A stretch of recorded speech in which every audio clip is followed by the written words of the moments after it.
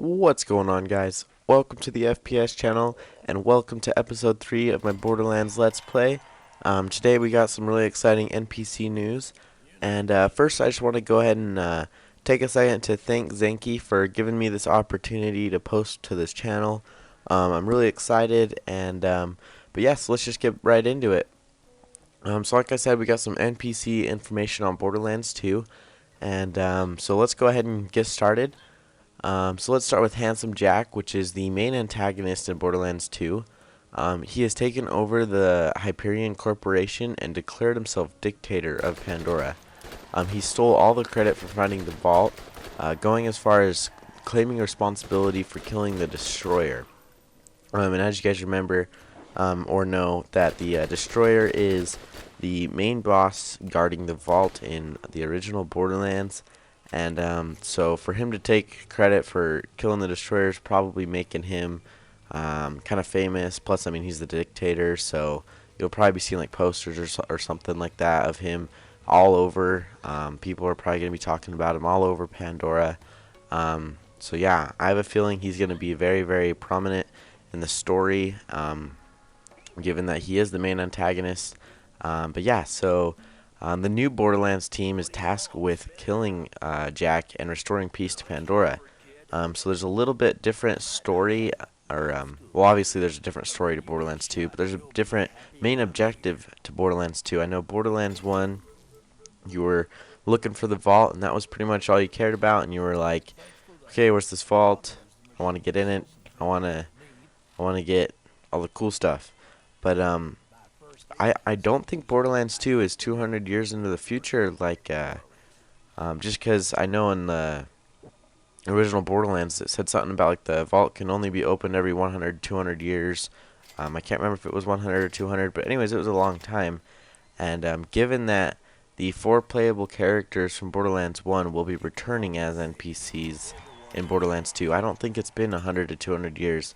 As well as Patricia Tanis, which is the key holder. She is responsible for holding the key. She's an NPC in Borderlands 2 as well, so I don't think this is too far into the future. I think that this is actually just going to be pretty close to a follow-up of Borderlands 1, and this might mean that there's a Borderlands 3. Don't take my word on that. I can't confirm that, but that may mean that there's a Borderlands 3 where you can go open the vault again, or and actually finally get into the vault. And maybe I'm wrong. Maybe this is like 200 years into the future, and we do get to open the vault this time.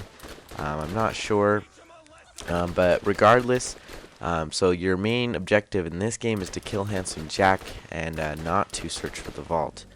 But so yeah. Let's go ahead and continue.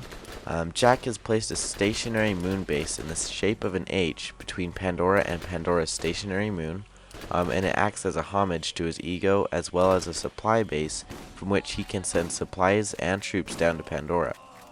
So there will be a lot of airdropping in this game for the enemies. The satellite also has a lens that allows Jack to keep an eye on the players at all times. Whereas Handsome Jack can keep an eye on you the whole time.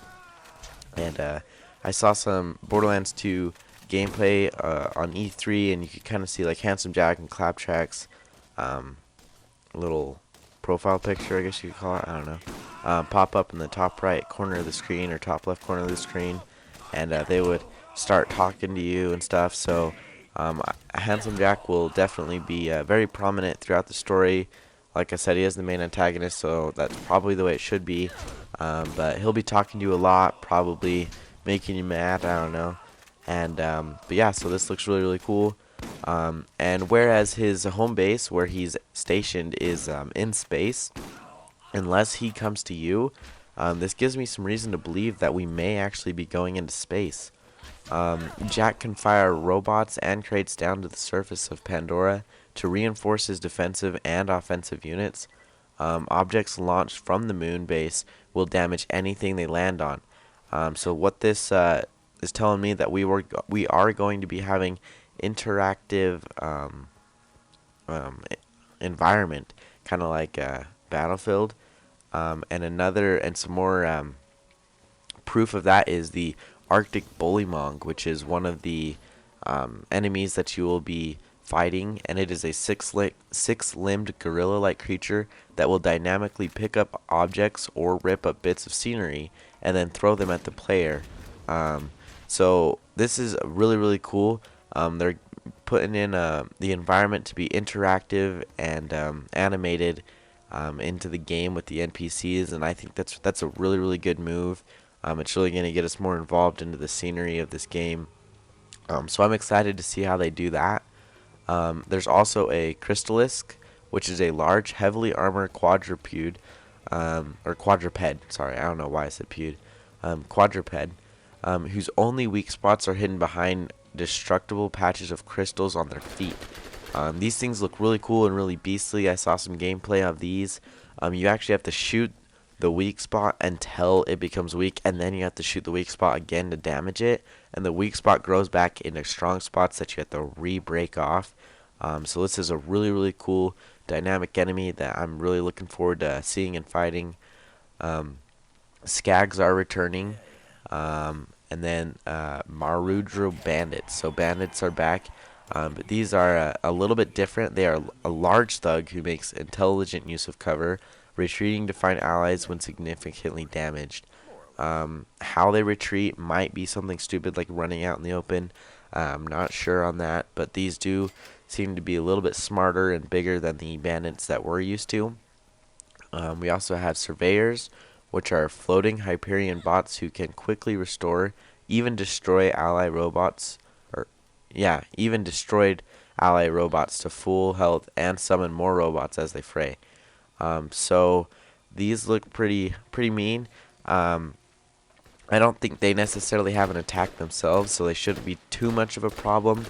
But the fact that they can restore damaged robots and to full health, that's pretty nuts. I mean, if you just got done fighting a huge robot that was a huge problem for you, and you got downed a couple times, and then the surveyor comes along and just ups it, that might be the end of it, right there, and you'll die and have to redo that. So the surveyor, it might be something more strategic where you're gonna have to kind of pick your battles and say, okay, I need this surveyor taken down first, so you go take out that surveyor while me and whatever your partner's name is take out this robot, because if we take out the robot first, the surveyor's just gonna come over and pop it alive. So that'll be really interesting. It looks like the game's getting a lot more strategic. And then they also have nomads, which are slow Rotown bandit sporting a large metallic shield that protects its entire body, and nomad torturers have a midget tied to their shields. That sounds pretty gruesome, I'm not gonna lie, but it sounds like the nomads are gonna be pretty interesting. They've got the huge shield, kind of like a riot shield, so you're gonna have to find your way around it. That's where Zero will come in handy, is for nomads. And then they've got some threshers, and it's a worm-like creature that is fought in vehicles and can be open more parts of the map. Threshers will vary greatly in size, from vehicle-sized creatures to towering monstrosities. So you could be driving along and just have, just a little one that you can run over, no problem. And then the next one you come is all of a sudden like some huge thing from Lost Planet. I don't know if you guys ever played that, but some of the enemies in that were ridiculously huge, and they were definitely something to fight.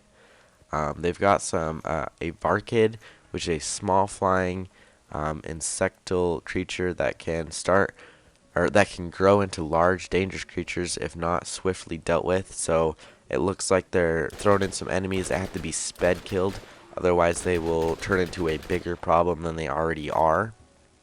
And then it looks like there's just 2 more enemies, and they have a destructor bot, which is able to both build and destroy. They have the ability to literally construct new foes on the field and can also aggressively defend themselves. So these look pretty beastly. And for our last NPC that we're going to cover today is the loader. Hyperion robots that will continue to fight even with their limbs have been shot off. The upper torso of the loader, with its lower torso blown off, will even crawl to its lower half to reattach it and continue to fight. So there's a bunch of different types of loaders that'll do different things, and then they're equipped with different things. But we're out of time today. I hope you enjoyed the information, and next time we'll probably be talking about some vehicles and or more NPCs. Go ahead and check out my channel. The link will be in the description and an annotation. And make sure you go ahead and subscribe to the FPS channel. I'll be back next Tuesday with some more Borderlands 2 info. And make sure you check out some of our other videos. We've got a lot of great FPS. And I'll see you next week.